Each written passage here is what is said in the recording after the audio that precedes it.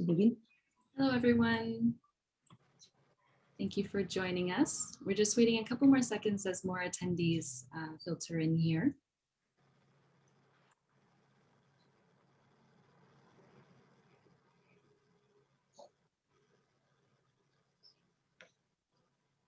All right, so we'll get started. Welcome, everyone. Thank you for joining us for the 2021 UN South Asia Forum on Business and Human Rights. This is a session titled Defending Defenders and Safeguarding Civic Space. I'm Dory from Q Design, and I'll be your technical facilitator today. Both the chat function and Q&A are enabled for today, but please send your questions to speakers directly into the Q&A. And also note that the session today is being recorded. If you have any questions about Zoom or require technical assistance, please feel free to privately message me, you'll see TF Doinuin, for help using the chat box. I will now hand over to Nir. Nir, the floor is yours. Thank you very much, Dory. Welcome, everyone, and thank you so much for joining us. As Dory already mentioned, we are attending this event on defending defenders and safeguarding city space, which is being organized as part of the second South Asia Forum on Business and Human Rights. This event is jointly organized by UN Working Group on Business and Human Rights, Coalition for Human Rights in Development, and Forum Asia. I'll just quickly go through the agenda for today. So we'll begin with a short introduction of the speakers, and then followed by an overview of human rights defender situations in South Asia in 2020. And then we'll have an hour of reflection on the current situation of human rights defenders working on business and human rights issues in South Asia. And then we'll have a 15-minute Q&A session. And then we'll hear the final closing remarks by the speakers. Let me begin with a short description of today's session. So we have speakers from South Asia today to discuss and reflect upon the current situation of human rights defenders working on business and human rights issues in the region. So the panelists will discuss mainly the key challenges, opportunities, and provide recommendations for different stakeholders, including states, businesses, international organizations, and other actors to better support the work of HRDs and protect them in line with UN guiding principles on business and human rights and other international standards. And we're hoping that this discussion will also inform the guidance developed by the UN Working Group on Business and Human Rights. So we have today's speakers from 4 countries. We have Mr. Bhagwat Narsingh Pradhan. He's a researcher and activist from Nepal. And we have Agnes Parsing. She is an environmental human rights defender from India. And we also have with us Kalpana Akhtar.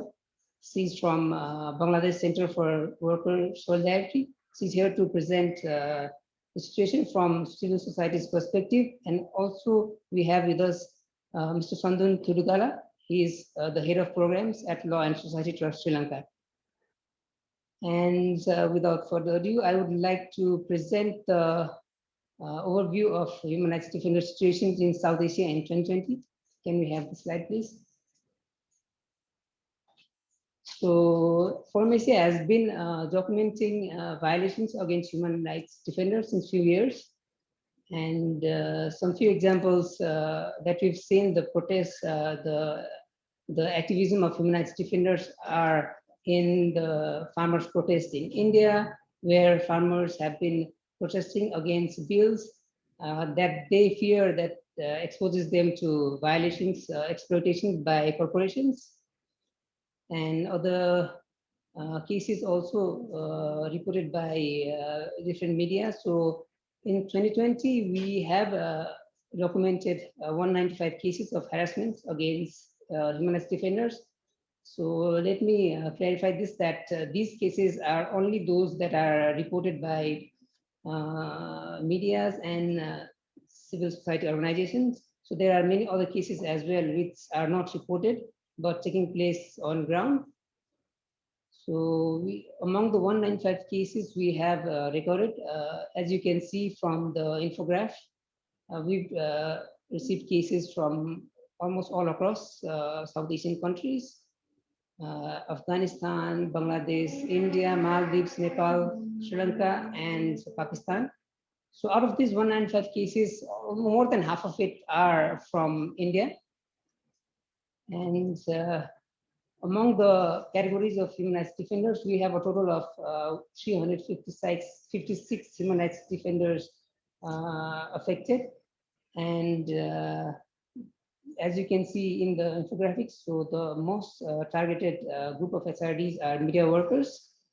And then there are human rights defenders who are targeted after following media workers. And then we have also we have documented cases of community-based human rights defenders. So this is, we've combined cases of environmental rights defender and land rights defenders into this group.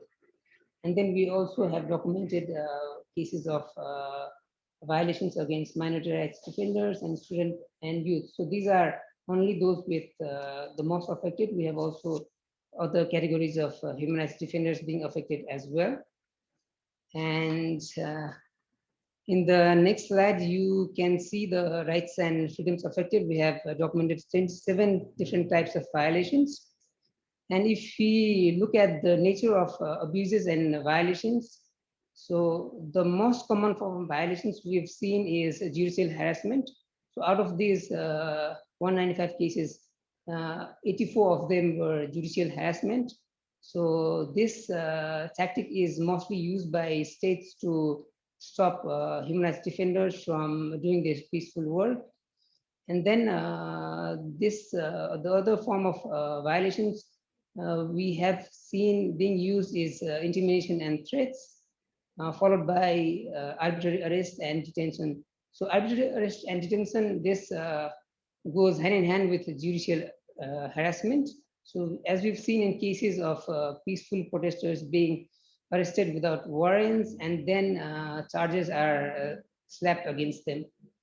So this is followed by then physical violence. So we've also recorded incidents of killings of human rights defenders. And then the other one is vilification. So in cases of where human rights defenders are being, where they face smear campaigns and also charges of sedition.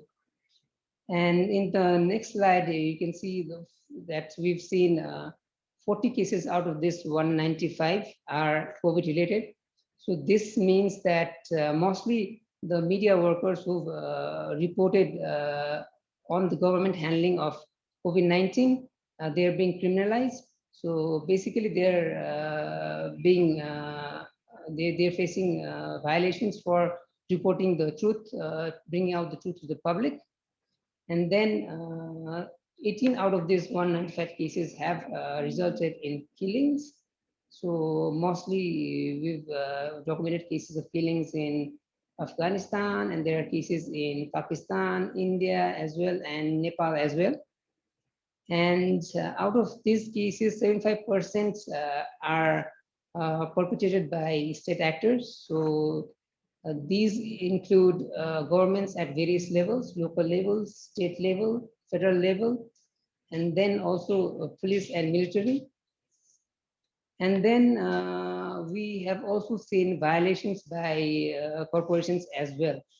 So most of the cases of violations on HRDs were HRDs who are working on business and human rights. They commonly face lawsuits, intimidation and threats, and violence as well, which have resulted in killings as well. And this is a brief overview of the situation of human rights defenders in South Asia. And I've mentioned, as I mentioned before, this does not capture a full picture because these are only reported cases. But we hope that this helps to start today's discussion to know better about the situation of defenders from the speakers themselves. So I would like to move on to the main session now. In this main session, we have right now 3 speakers. One speaker may join later. So in this session, the speakers will mainly focus on key challenges faced by HRDs who are working on business and human rights issues and how COVID-19 has impacted their work. And then they would also highlight best practices on how to respond to this growing risk in the region the HRDs are facing in the region. And hopefully provide, they will come up with recommendations for different stakeholders, including states and businesses, to how to support works of human rights defenders who are working on business and human rights issues. And also, we are expecting a civil society's perspective on this regarding how to protect civic space in South Asia as well. To start off, I would like to turn to the first speaker for today. So I would want to ask Bhagwatji to start today's main session. Bhagwatji, over to you.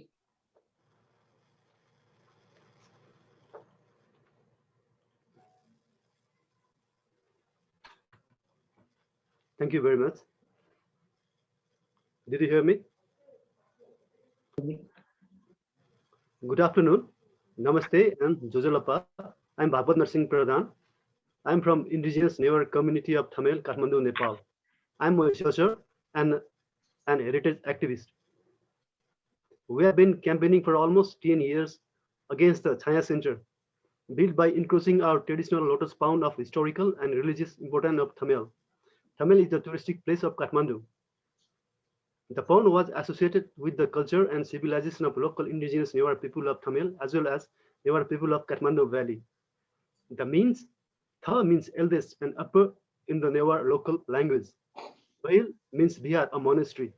It is called Thambail as it is a monastery built in the northern upper part of Kathmandu city. Now it is called Thamel.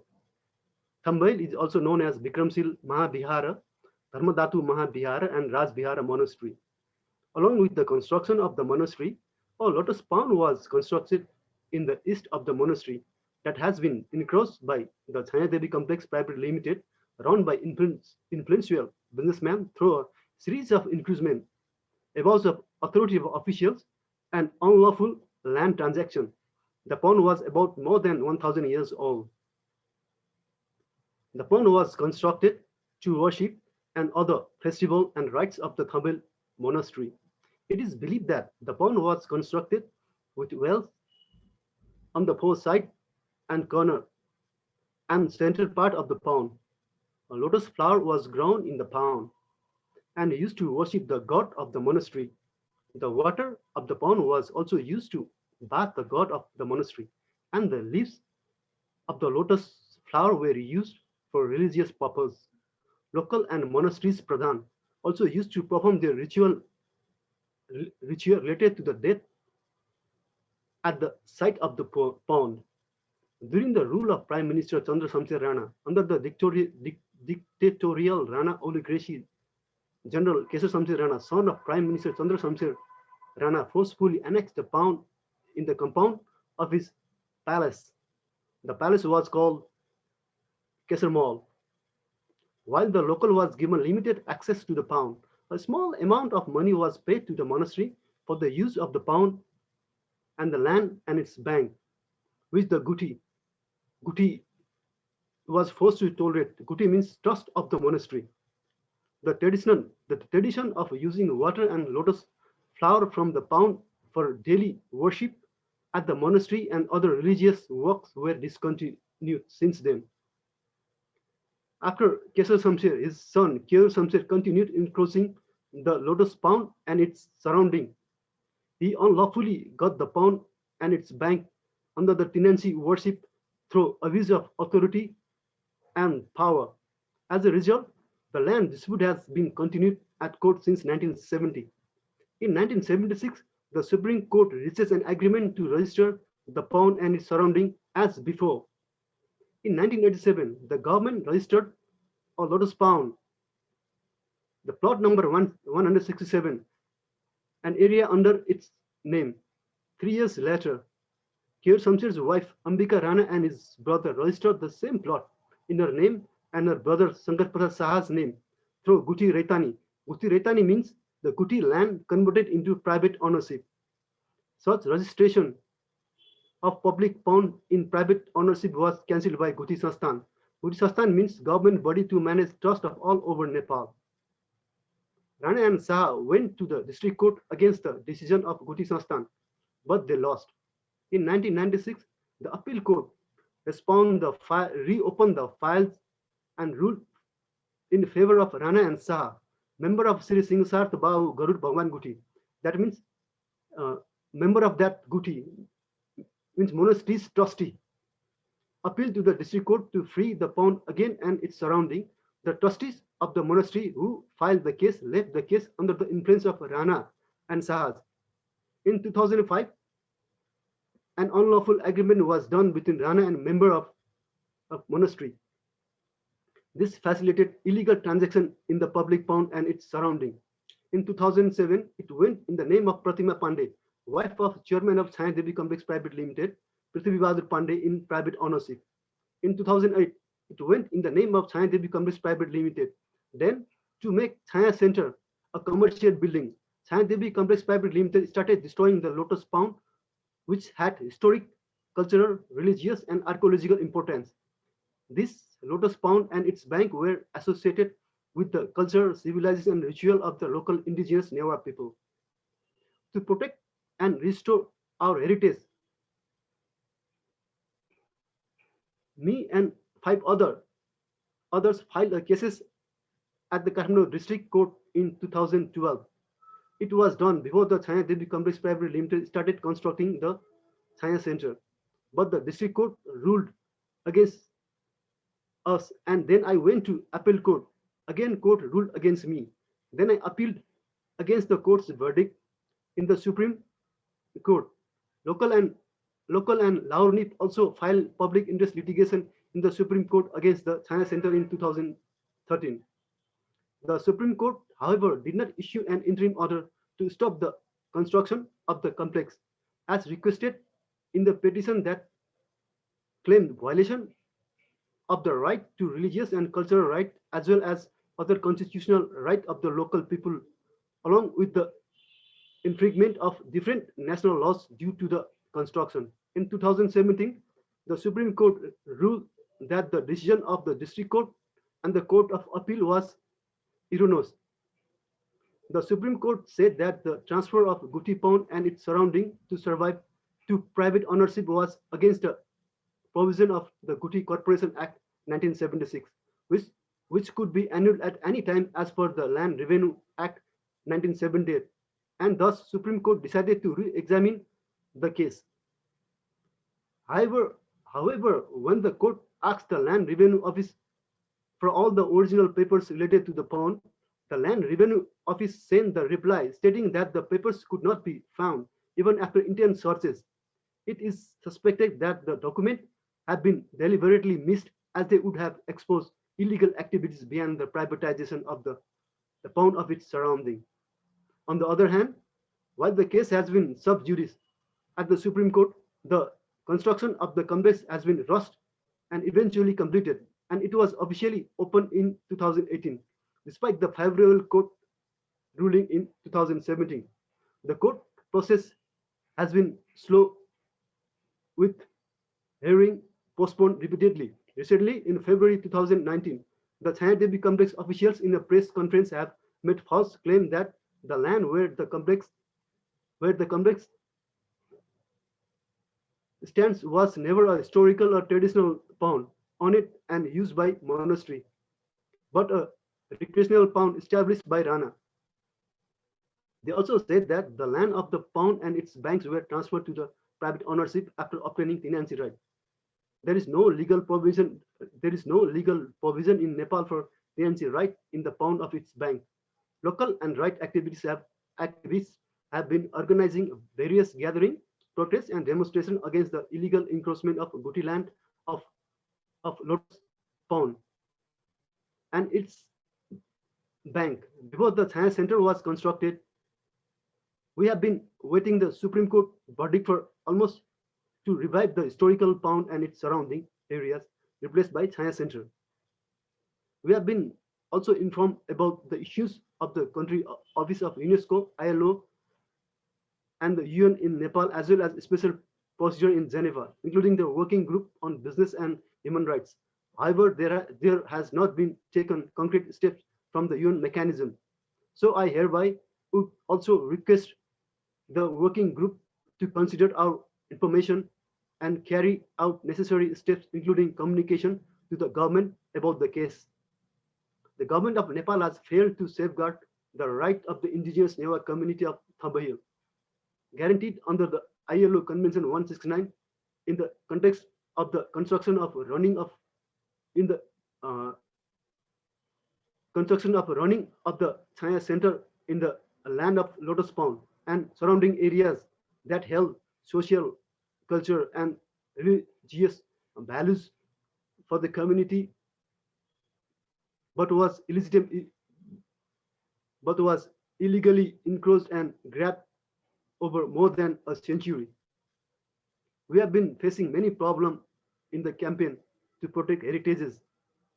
In the case of illegal encroachment of Lotus Pond of Thamel, workers of Chaya Center and Merit Hotel at Chaya Center have started to engage in various unwanted activities to protect their employer instead of protesting against the black acts committed by the employer.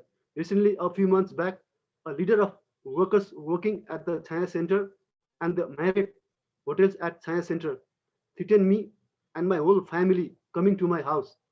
Their threats are coming through various means. They are still threatening to kill me. After years of research, I wrote a book on Thamel's Pond before construction started. This is my book.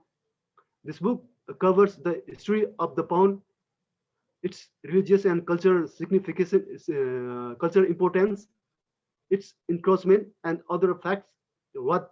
Facts with factual evidences. At the end, I would like to thank the organizers for giving me opportunity to speak at such an important event today. Thank you very much.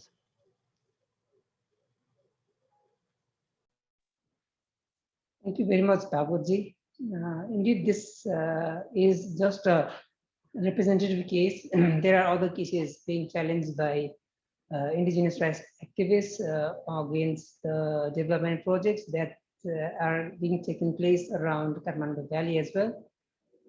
And thank you for sharing your experiences on the challenges that you've been facing while working on this issue. And I would just like to remind that all the participants that this event is being recorded. And so we already have put the information in the chat box that we are taking questions in as well. So if you have any questions for Bhagwatji or the speakers that will follow, you can already put in your questions there. And now I would like to move on to Kalpanaji to share about the issues, challenges, and recommendations, if relevant to the stakeholders. And since we are still waiting for one more speaker, I think Kalpanaji, you can go on about for 20 minutes. Over to you, Kalpanaji. Okay, thank you so much, Nick. It was wonderful to hear everyone, and especially your presentation that already, gives a sense that how is the human rights defenders situation in South Asia. In Bangladesh, my area of work is with I'm a worker rights defenders, worker rights, also human rights. So our space is shrinking like every single day. Most of the problems that we have been facing, it is from business and as well as from the state. And there is a law, there is a law to shrinking our voices. Like there is a digital security act that we have, and it, the very minor one, the very minor clause, it says that if you click or like or share any photo of the political group, you will be see imprisonment for 14 years. So it is like minimum one. So that tells that how our voice being suppressed. How many people has been faced these challenges, these cases, or seeing the imprisonment? It is reported, reported cases are over, I think last 3 months it can be over 1,000. But if we say unreported, it's thousands of them. Everyone in fear to share anything in the social media. And not only that, people are in fear to speak up, even in general. Like when we talk about the worker rights issues, they would be leveling us, I mean, the security people as well as business and state will be leveling us that we are anti-state people. It is our job to educate workers, to educate people about their rights. But when we do that, they will be saying, we are a spy of India, or we are a spy of America. That is the levels that we are getting. And it is not just us. It's every human rights defenders who are working in this country are facing this. So our country can be considered one of the vulnerable, place for the human rights defenders. I think a few weeks ago, it is 2 weeks ago or two plus, 3, or maybe 2+ weeks ago, if you see the news that one of the writer and human rights defender, Mr. Mushtaq, who has been facing imprisonment for 9 months or so, and he has been, finally, he passed away in the prison. And in the same time, one cartoonist and a few other human rights defender has been arrested. And finally, when there was a voice raised, that person has been released on bail. And the cartoonist, he has been testifying in the national newspaper that he has been blindfolded for a few days and severely beaten. And severely beaten with the unknown people before he has been handed over to the custody. So when he has been handed over to the custody, he has been severely beaten too. So that person, now he has a hearing problem. Now he is in a fear even to draw anything. And he was one of the person who's been drawing beautiful, cartoons to sensitize people about the politics, about the corruptions, about, what human rights defenders are facing in the country. So these are like one of many cases. There are hundreds of human rights defenders still in the prisons, or the people are in prison because they raised their voice. And at this, during this COVID, it was already difficult. The COVID is so practical for everyone, but it is so, so dire for people in the production country, people like our country, especially for the workers. So during COVID, when we are raising our voice for our workers to get their wages so they can bring food in the table and pay their house rents, we did not get any help from the manufacturers, not from the international business group as well, like brand and retailers. Rather than the brands were saying that their business been shrinked, they're not making any profit. So they started canceling the orders, or they postponing the orders, or not paying the bill. They never thought about those workers who made profit for them years, and they just left them in starving. And so do the manufacturers here, the business group here, who are running this business, like especially the garment, for I think 3 decades, more than 3 decades or more. This business group started out crying like they're poor than the workers. Seems they don't have money to bring for food in the table for even one meal. But finally, the government had to step up, and government did a stimulation package. But unluckily, that money not been reach out to the workers as it's supposed to be. So there are many kind of challenges that we are being facing from the business, from the state. So when this all was happening, the workers or people themselves, they did not just start, sitting down. They did voice raised. They came into the street despite, there is they know that they can be infected by this virus. Middle of the health crisis, they had to take over the street and protest because they were starving. Their children was hungry at home. So in response to that, what government did, they had been beaten, these workers, by their administrations, by the police. And they filed many falsified charges against these people, against these workers. The workers, when they try to raise their voice at the factory or try to organize themselves, they've been threatened, beaten, falsely charged. Like a month ago, I think 19 workers was in prison because one of their middle manager was so abusive. He constantly would be firing the workers as because they try to organize themselves collectively. And when workers has been, resistance and they started movement in that factory, they have been beaten, they have been fired, and a falsified charge has been, make them to be in the bar. I mean, in behind of the bar. They were in the prison for 2 weeks and then released on bail, but is still facing these charges. And what response we get from the business, both business from nationally and internationally, they're not taking responsibility. They're saying these workers has been done vandalized, so they need to suffer that. This is so undone. There is a law, labor law that is not protecting workers because it is not enforced. There is a business principles, but that is not enforced. Those mechanism is not introduced in here yet in a full phase, and that is not protecting our workers or the human rights defenders. Like I work, since I started working in the factory and now, there are so many things I have been faced. And I faced imprisonment too. I was in prison for a month. And it was because I was supporting workers' voice.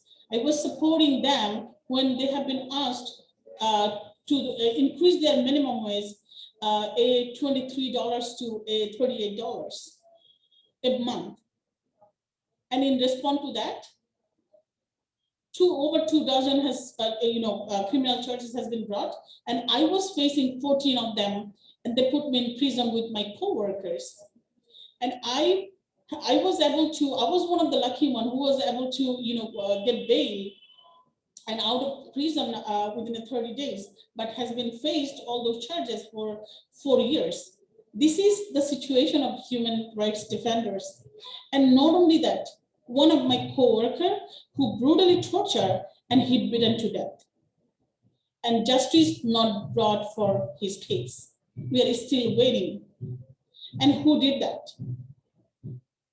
No trust. But if you ask me, of course, business are involved. Of course, the state are involved and their administration are fully involved on that. And why he has to die? Because he was talking, he was speaking on behalf of the peoples. He was one of the human rights workers defender. Every time we are, the government administration, they're recording our phone, they're following us, they're following our centers. A couple of months ago, there is a phone recording was, completely viral. One of the parliamentarian member ordering to one of the in charge of police station against one of the environmental activists who was trying, raised his voice against the illegal brickfield because that is destroying the environment. And why he raised that voice or brought case into the High Court, that parliamentarian member was directly telling the police that, by hook or crook, arrest him. Even if you need to throw a bomb in your police station, do that and make a case and arrest him. That vulnerable is our situation. But if we talk about whether the law are protecting us, no, there is no human rights defender law we have in the country. Rather, there is a law that can suppress our voices in every single way. So my recommendation is, I know the situation is dire, but we need to fight collectively. We are fighting in here. If we don't make noise, if we don't fight ourselves, there is no one will be protecting us. But in the same time, the business principles or the UN guidance principles need to make sure that those are enforced in the countries, and that is make a safeguard for us. The civic space have a freedom to speak, not just shrinking in every single day. We are fighting, and this fight needs to be cross-border and across the world, and that only can save us. So make a noise. Don't stop yourself when you see there is a difficulties. We need to keep fighting. Thank you. Thank you very much, Kalpanaji, for your insights of how you're working on the ground. That is very helpful for us to grasp the situations on the ground. And indeed, what you've said, we've also recorded similar pattern of incidents, like the use of these technology acts to case files against human rights defenders. We've seen that a lot in India as well, where leading human rights defenders have been facing these charges of sedition, and also in Nepal as well, where they use Electronic Transaction Act to file cases against human rights defenders. And I would like to move on to the next speaker. We have Mr. Sandun with us. So Mr. Sandun, please also share with us your experiences from civil society's perspective. Yeah, hi, thank you, and good afternoon to you all. Thank you for the organizers for providing me with the opportunity. So I think situation is largely similar to what Kalpana and the previous speakers have spoken about. I think we all know the situation of the human rights defenders in most of the South Asian countries, more or less similar to each other. So I will be mostly focused on the situation of the human rights defenders, especially during last 2 years with the context of COVID, especially.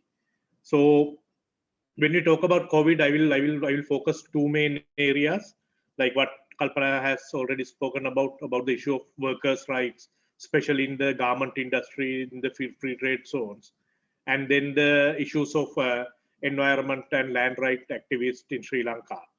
So as you know, in Sri Lanka, we have a history of a civil war and the conflict between ethnic groups and everything.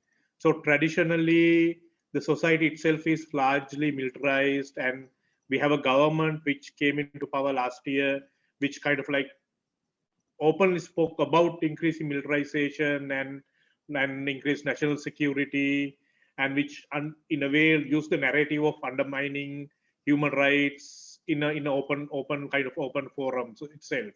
So we have a government, I think, as for many of the other countries, where for them they have openly said the human right is not a priority for them when it comes to national security and the development. So from the outset, it's a challenging situation, and the activists, human rights activists, the environmental activists, has always been seen as anti-development, anti-national security, and they were seen as traitors, and in a way seen as kind of agents of this Western, so-called Western kind of a conspiracy, which acts against the national sovereignty. So that itself, and the narrative that's been created based on that through using media, social media, and everything, has been kind of the biggest challenge for the human rights defenders in Sri Lanka as well as in many of the other countries. As previous speakers has mentioned, the laws has been used against human rights defenders using those arguments, using the Prevention of Terrorism Act, using the even the ICCPR Act, even using the laws to prevent the human rights activists and their defenders. So what we saw, especially in when the case of the workers' rights in the free trade zones, as Kalpana once again has mentioned.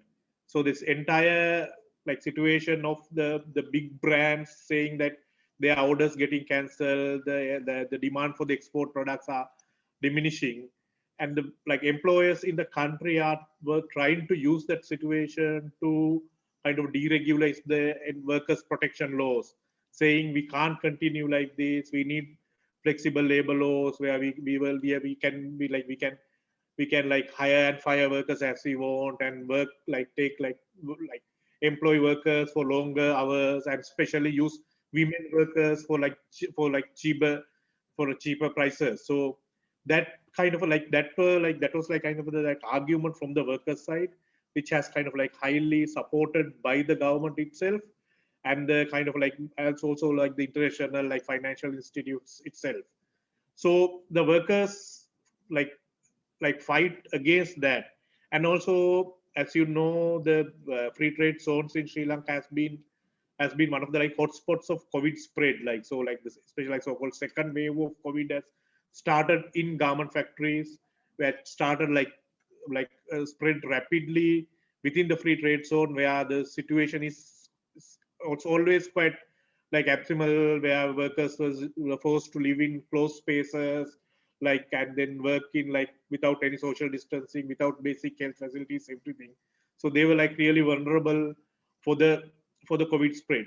And that also when but the government or the worker employers were not really keen in answering or addressing this situation.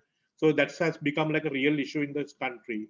And when the workers trade union, and especially the women's organizations who are working with these workers, try to address this situation, they were as I said earlier, they were directly to be branded as traitors, because what they say that at this moment priority is to enhance the national economy again, the development is the priority. So we can't people who talks about rights are not really serving the national purpose this moment.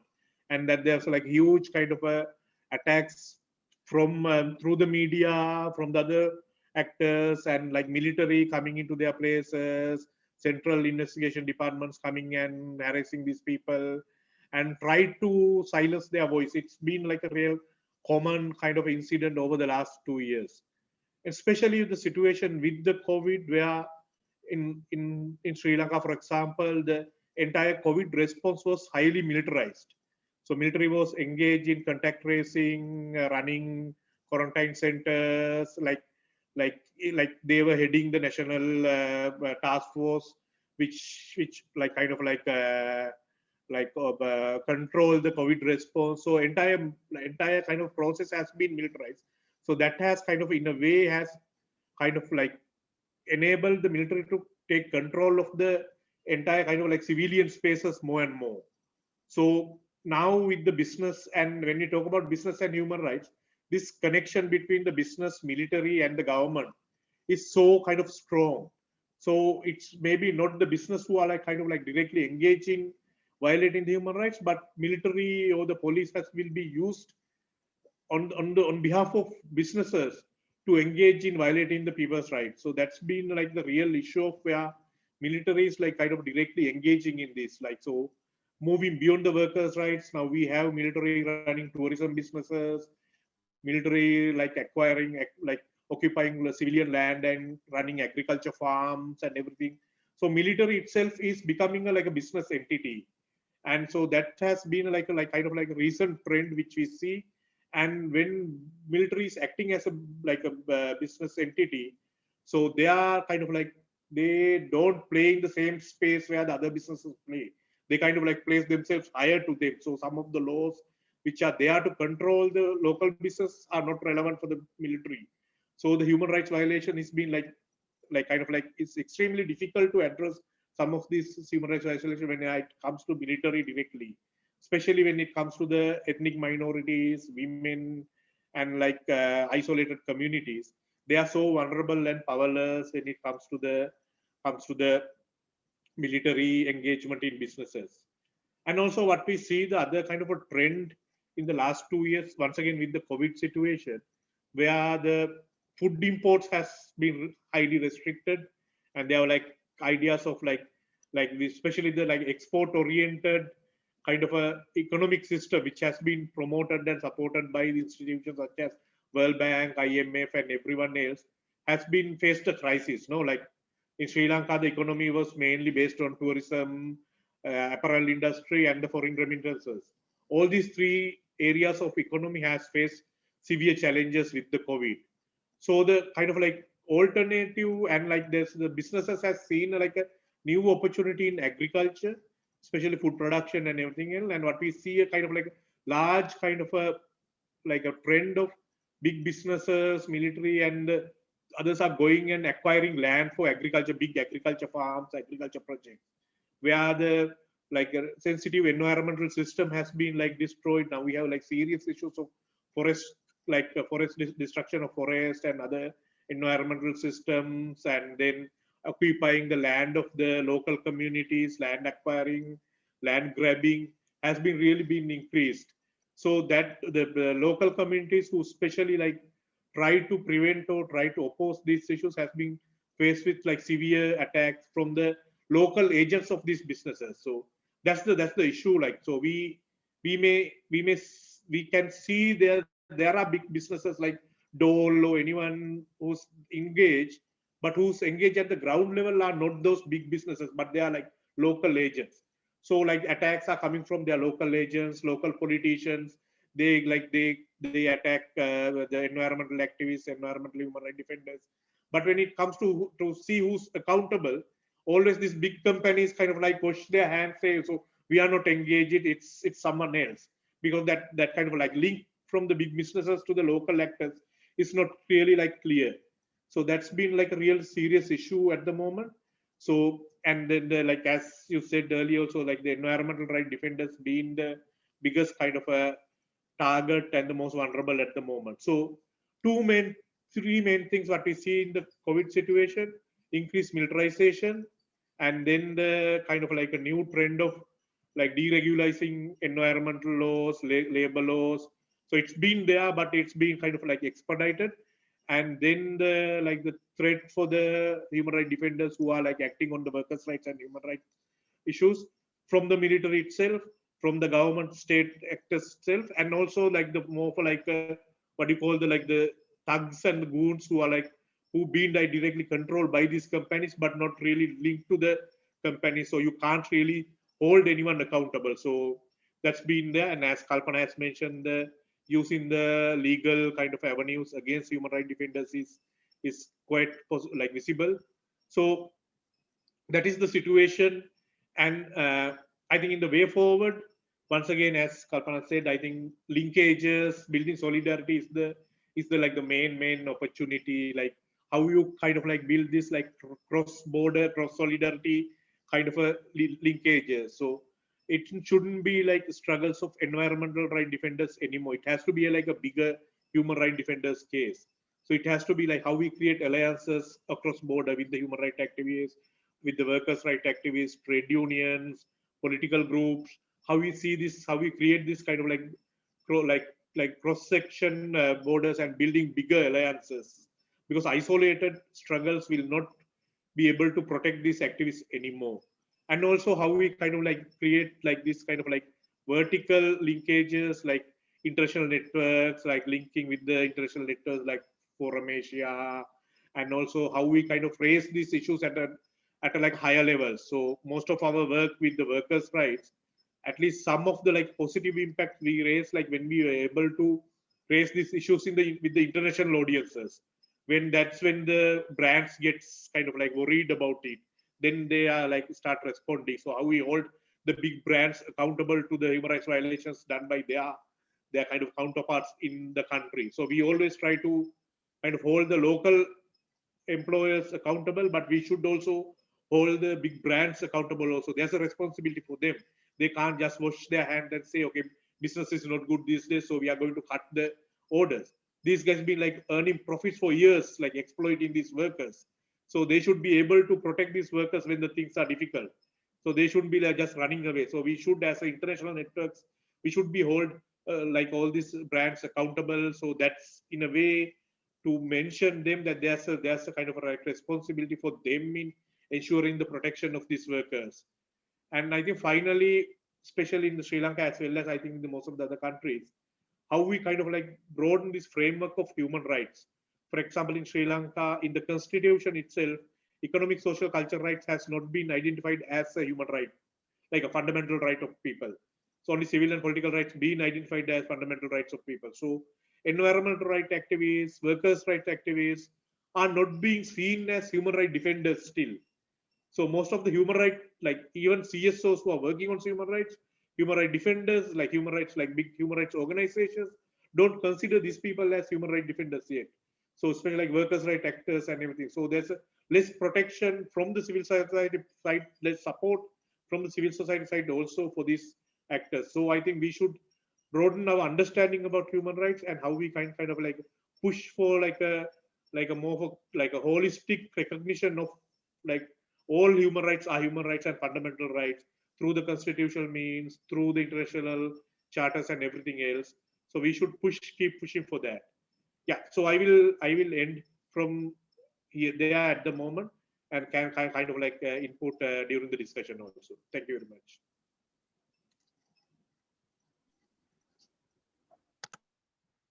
Thank you, Sandun. Really good recommendations there. And the point that you and Kopunaji have shared, I say it's almost common. The issues that are being faced by human rights defenders across Asia, South Asia. And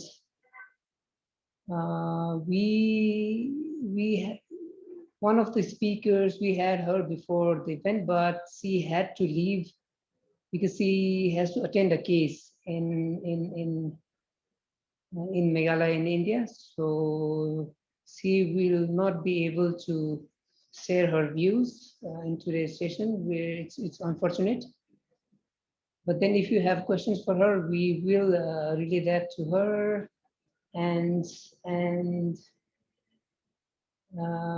so with all the speakers highlighting the issues of human rights defenders in their countries, I would like to now move on to the Q&A sessions. So we already have some questions, and please, if you have for the speakers' address, you can put it in the Q&A box. I see there are already a few questions for Bhagwatji.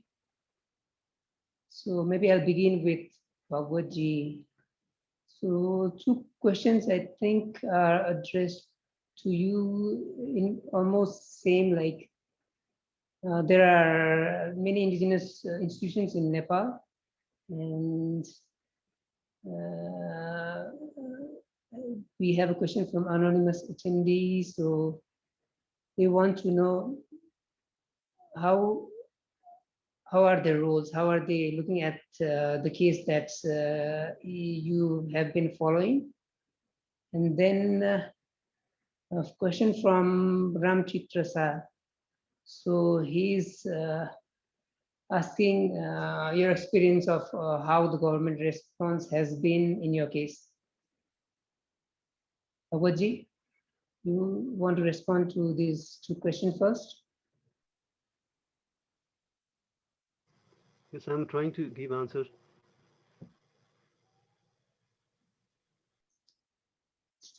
You can directly respond. Bhagwatji.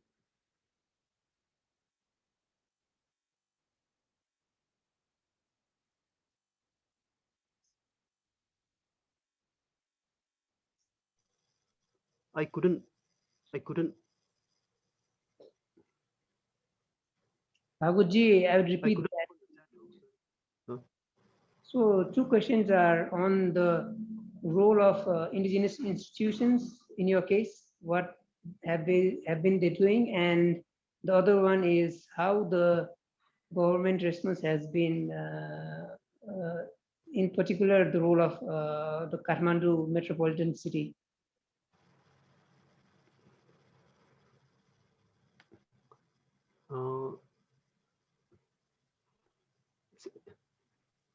Shall I speak here? Yes, please go ahead. This case is still pending. This case is still pending in Supreme Court.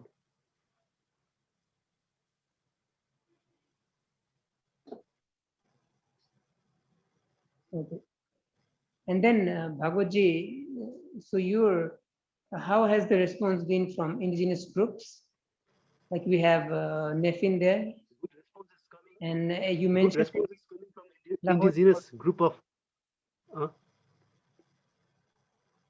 Larni is also involved in this case. They are also helping.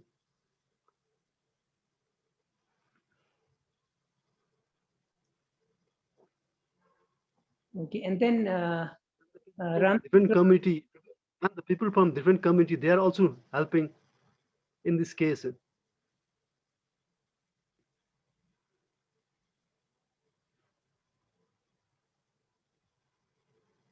Okay. And Babuji, the other question by Ramchitraji. So he's mentioned that the Kathmandu Metropolitan Office, it gave, it certified the EIA provision for that project. So how do you see the role of the metropolitan city in this case? They are waiting for the verdict of Supreme Court.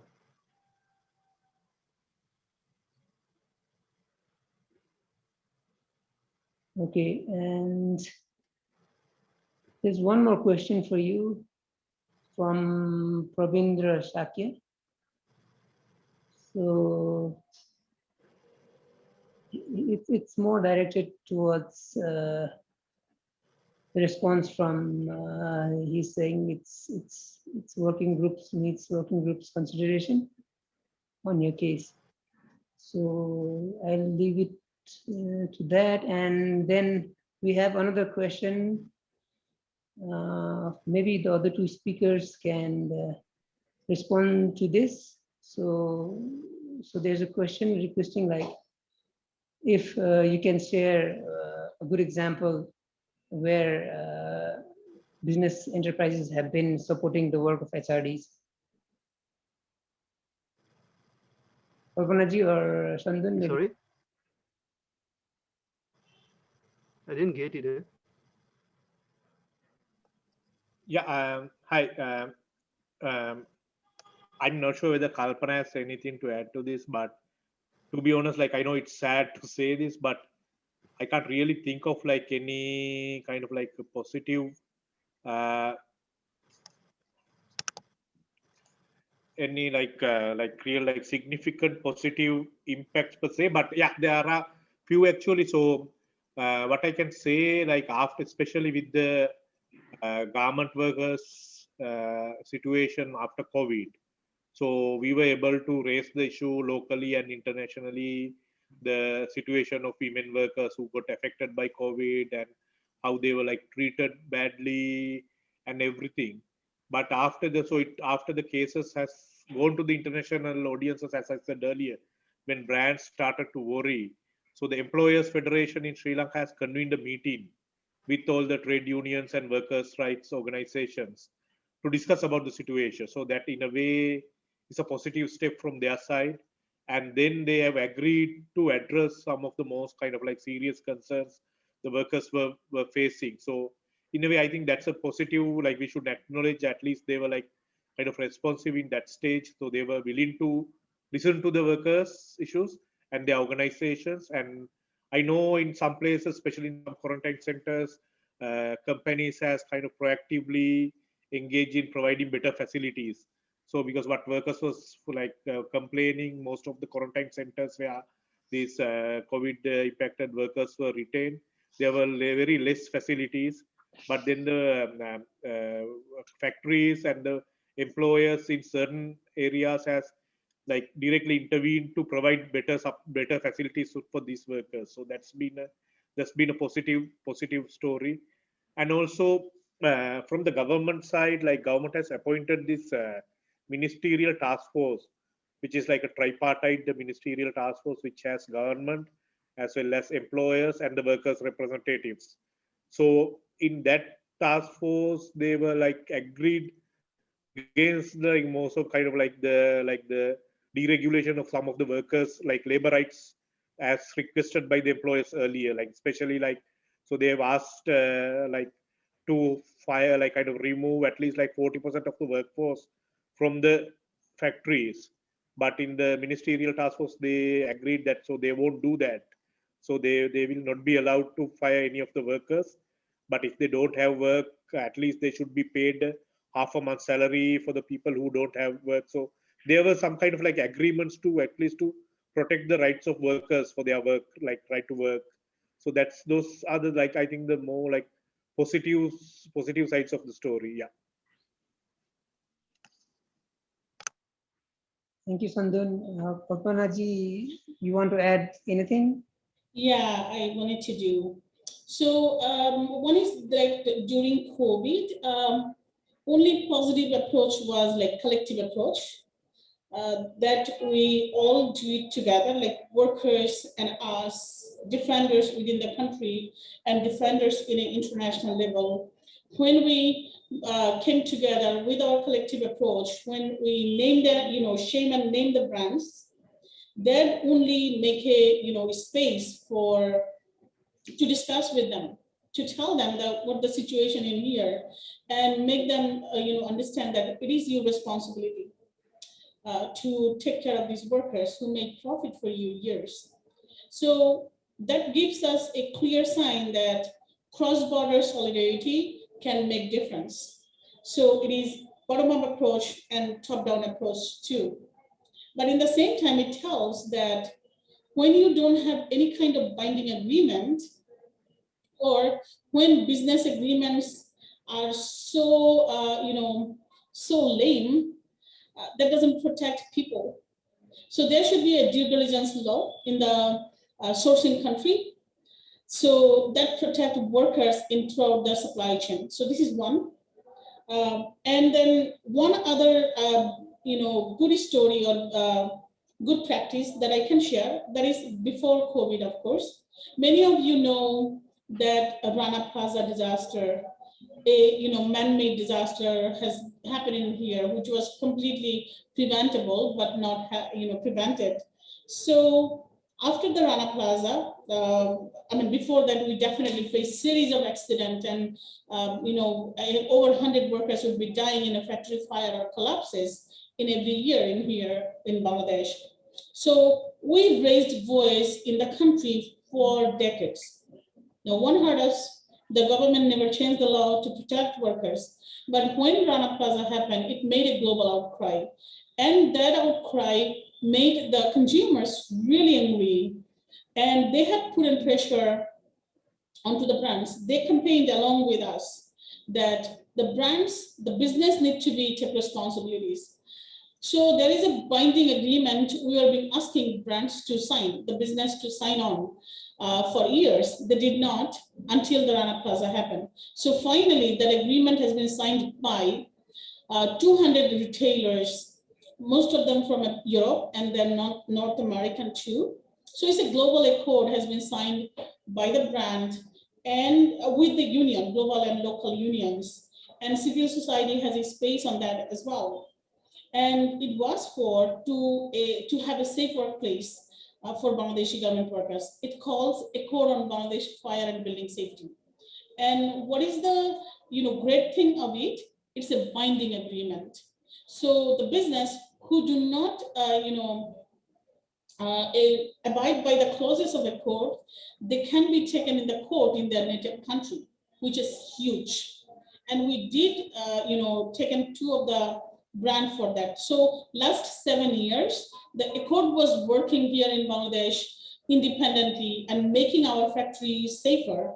This is first time our workers in here, they understood that they are not a machine in the factory. They're not the equipment. They are human because they have been treated like that. So that is a space has been created for them.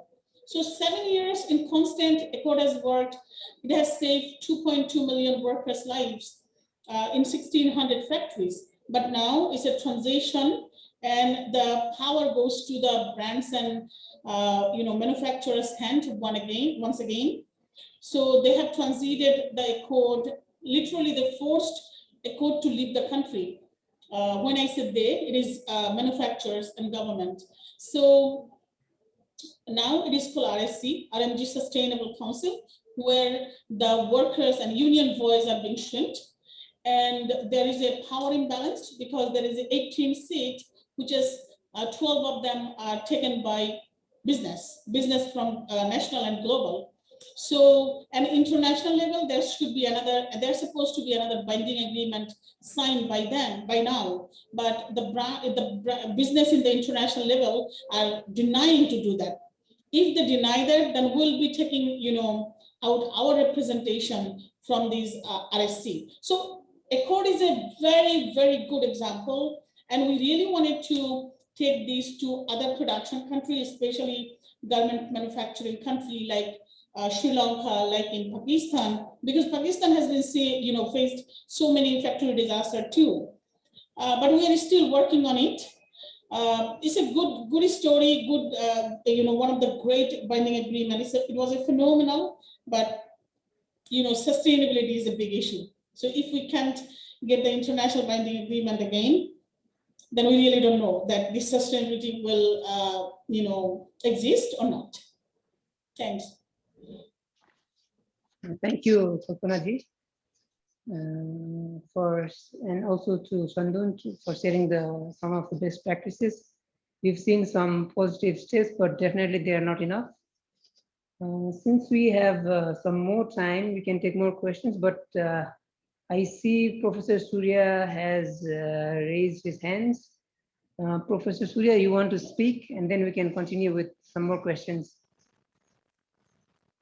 Thank you, Neil. I hope all of you can hear me. And thank you, Bhagwat, Kalpana, and Sandun for sharing these, of course, quite worrying, but very useful case studies from different countries in South Asia.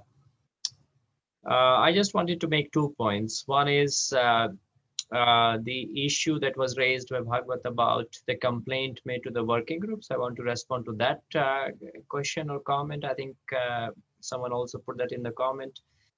And then I also want to make the second point that what kind of recommendations or you would like to see in the guidance that the working group is developing on this particular issue. This guidance will be part of the Human Rights Council report in June this year.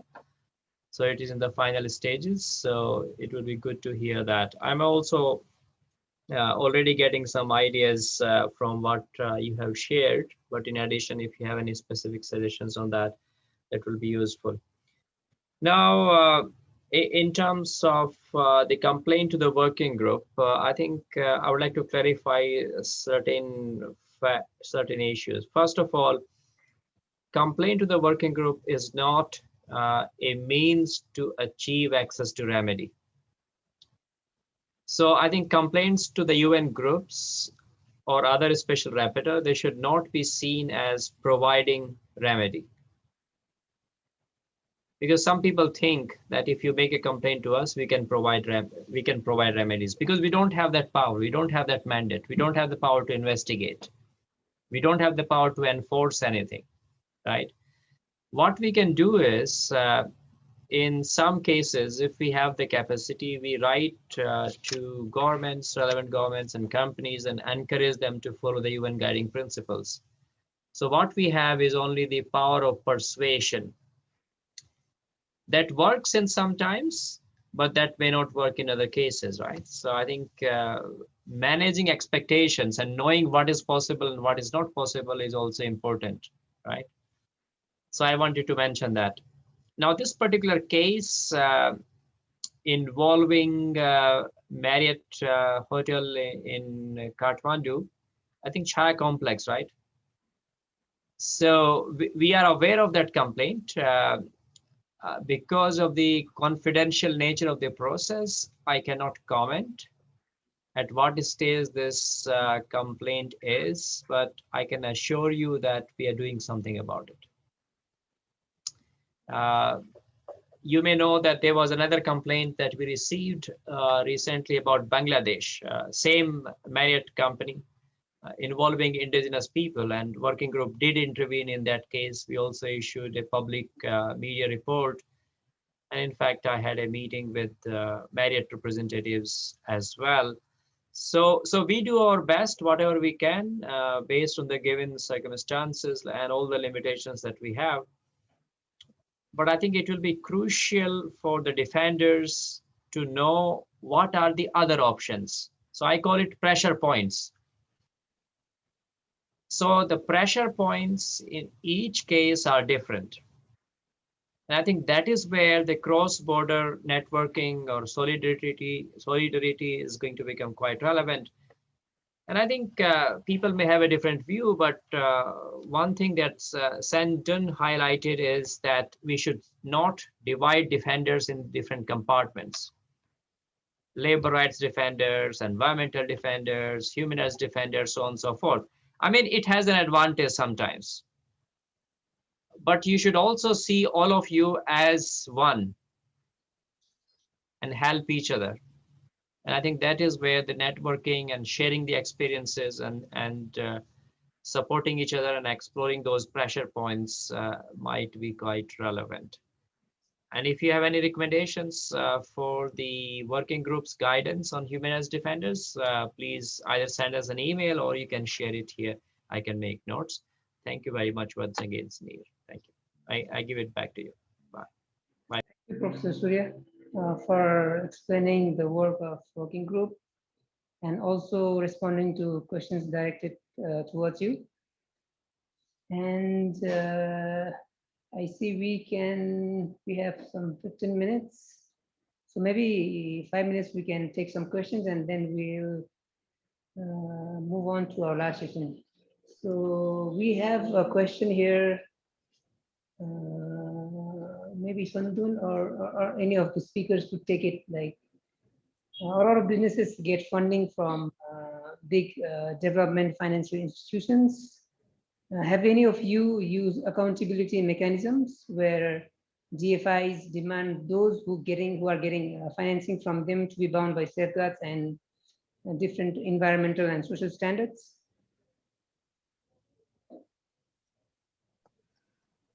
Can you repeat the question? I didn't hear it properly. Sorry.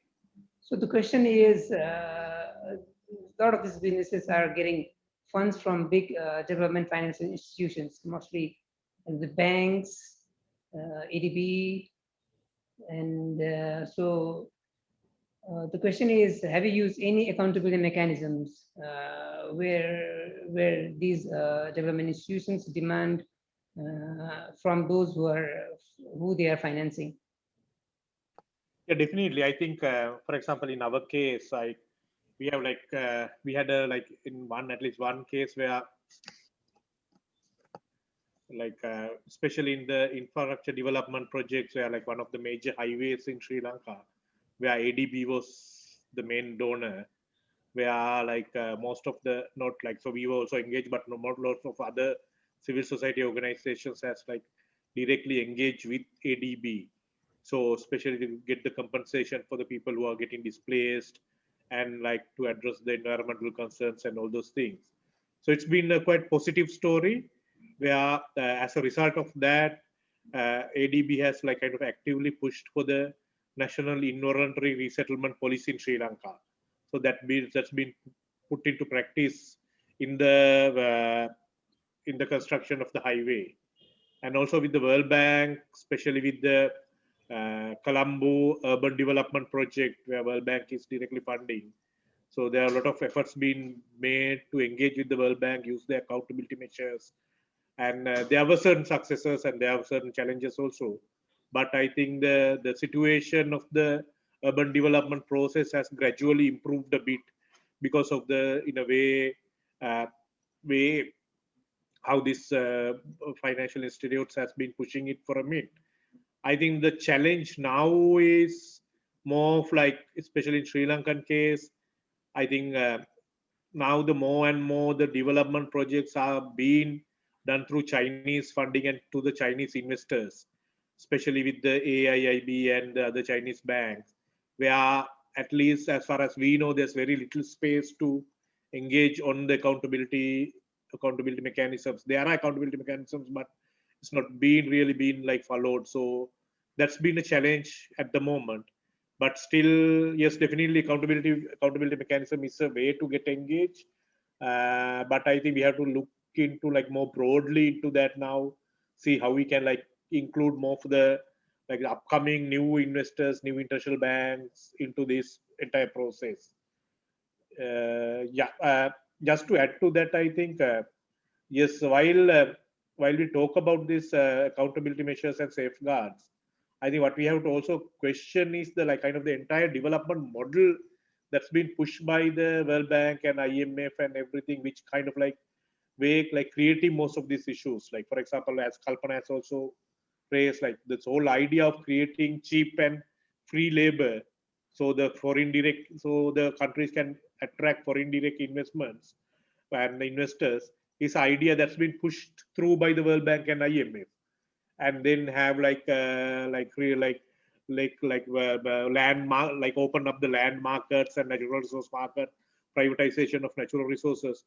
All this being pushed through a certain kind of a economic trajectory, which is being promoted by World Bank and IMF and most of these international financial institutes. So we can't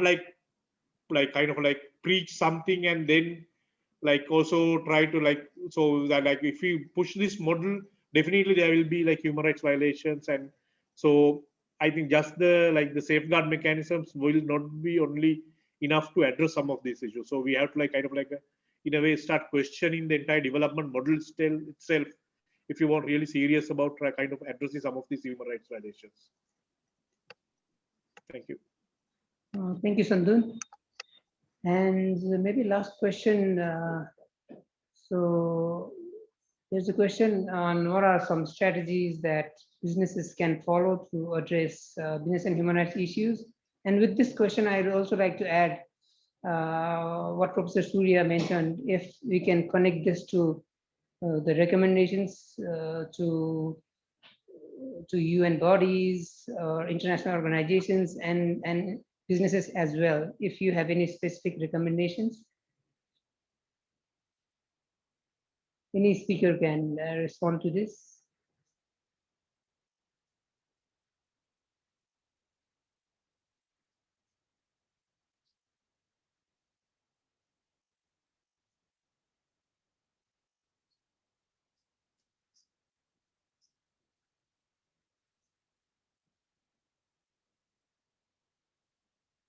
I see Bhagwatji responding to the answer. Maybe Bhagwatji, you would want to speak and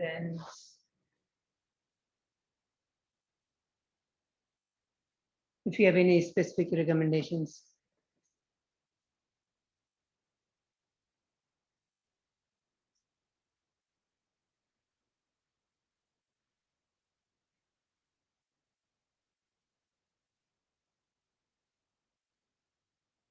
Or we can move to the next question. So it is for Kalpanaji and Sandun, who are representing from civil society organizations. So what first step from civil society do you think is needed to foster a regional collaboration among CSOs?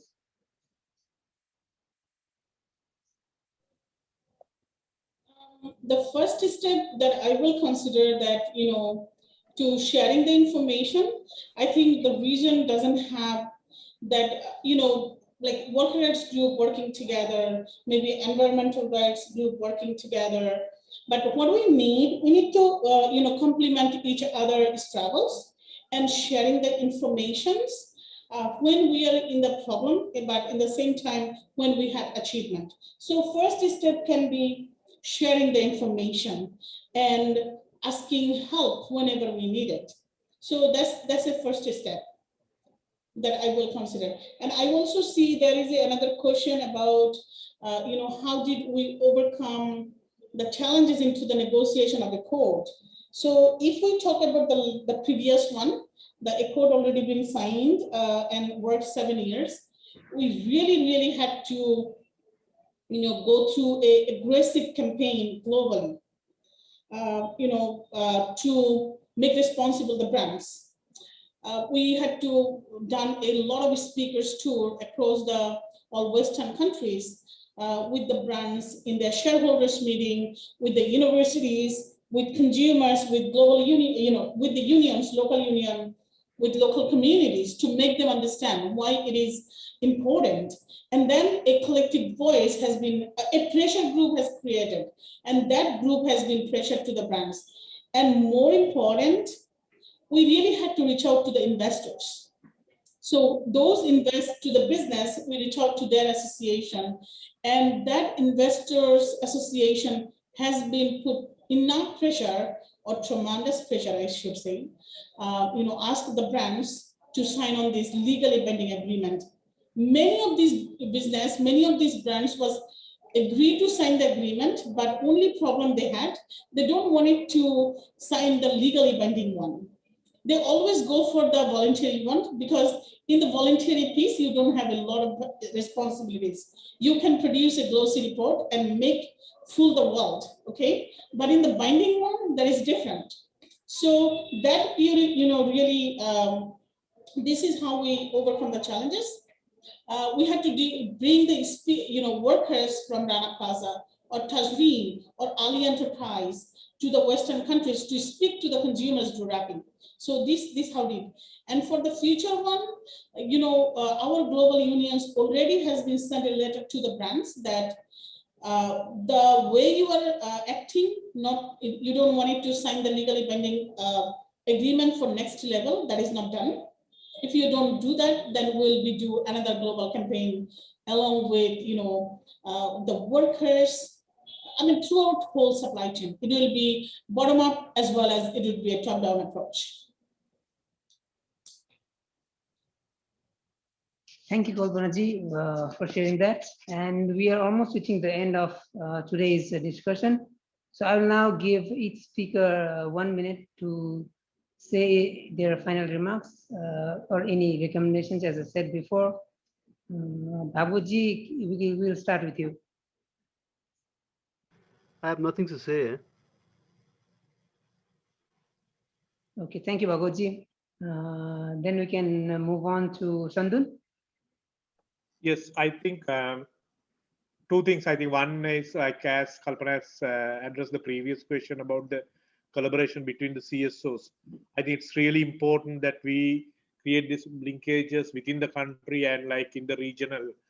And also, I think as civil society actors also, we should also be kind of like be critical about and should have like critical view about like our role, like because like in a way, like we as human rights civil society organizations, like most of the civil society human rights civil society organizations, it's kind of like we also operate in like kind of like in an elite space, no? So like we kind of like our links with Geneva and like so all these links with the human rights like international human rights forums, and like we don't like so we can kind of like create a closed space for ourselves also, that we don't like really engage with the other actors. So I think the first thing is I think we should like have like a more broader look about civil society organization. It's not just NGOs, no. So it's farmers movements, students movements, workers organizations. So those should also be like civil. Those are also civil society organizations. So they should be considered as human rights organizations, human rights defenders, as I said earlier. So this creating these linkages is extremely important. Like for example, the farmer struggles in India. So there's a like really clear link with the issues that farmers are facing in Sri Lanka and most of the other South Asian countries. So how we create these linkages between these movements is extremely important. For that also we have to like loosen our boundaries. And second thing about the recommendations, what Surya has asked. So I would like to have a bit more time to think about bit in detail about this. But like few things is about like one is about like how we make the like the local legal framework stronger to address most these issues. As I said, like constitutionalization of the economic, social, cultural rights as fundamental rights, and also some of our engagements with the National Human Rights Institution in Sri Lanka, where their mandate they can't like their mandate doesn't involve like working on the issues that's related to the private actors. So they can't investigate or work on the issues where private businesses are like violating human rights. So how we kind of like broaden these mandates of the HRIs and the legal space, So I think so how we strengthen the domestic laws to provide like a better protection for the human rights defenders who are like working on the business and human rights issues like the environment, workers' rights, etc. And also to have like strong guidelines to like, second is about like sometimes we do have the laws, but issue is about implementation. So environmental laws, workers' laws, we do have domestic laws. It's about implementation. So how we provide guidelines of ensuring proper implementation of those existing protection mechanisms, and also like the guidelines about against the deregulation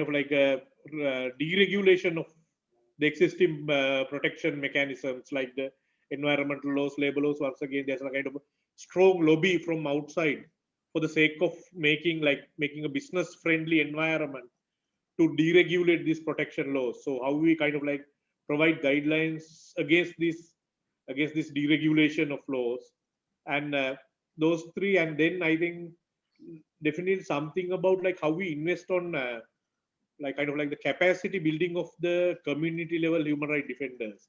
Like most of the human rights defenders, so like community level activists, so they don't have access to the access that the maybe like the like urban based civil society organizations have. So they access to the legal services, they access to the protection networks, and their knowledge about the existing legal systems, and the access to media. So that's I think there's like a need for like a investing on developing their capacities and their linkages, especially when it comes to legal matters where the government and others like use the existing legal system like most like sometimes in unfair way, because these people don't know about the existing legal system. So how we can invest in capacity building of these activities, I think it's extremely important. Those are the kind of like two main kind of like recommendations I can think of at the moment. Thank you, Sandun. Very good recommendations there. And finally, to Kalpanaji, maybe if you can give your final remarks in 1 minute. Yeah, so I mean, Sandhu has been said many good things. So I don't want you to repeat that, but I wanted to, share. I mean, recommend that for like CSW, there is a shadow report goes to from the with the country report, a shadow report on status of women in the country. So for UNBHR, like. If our NSHRC are giving any report, or if our government giving any report on that, on the guiding principle, I think it would be wise to send a shadow report on that. A shadow report that will be prepared by the civil society, trade union altogether. So that can give a real scenario that what exactly happening within the country. So I mean, this is only one recommend that I wanted to do. And beside that, of course, to set a mechanism how the guidance principles are really enforcing in the country. And we people, the defenders in the country, also make sure that we are educating more and more, defenders and workers and, other people about the guidance principle, and make our NHRC responsible, to follow those, or make our government,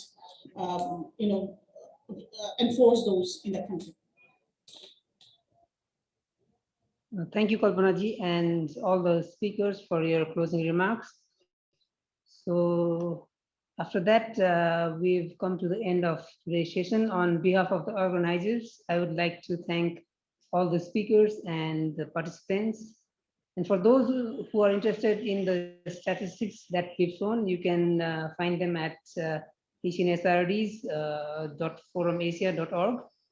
And have a good rest of the day to everyone. Thank you again. Thank you.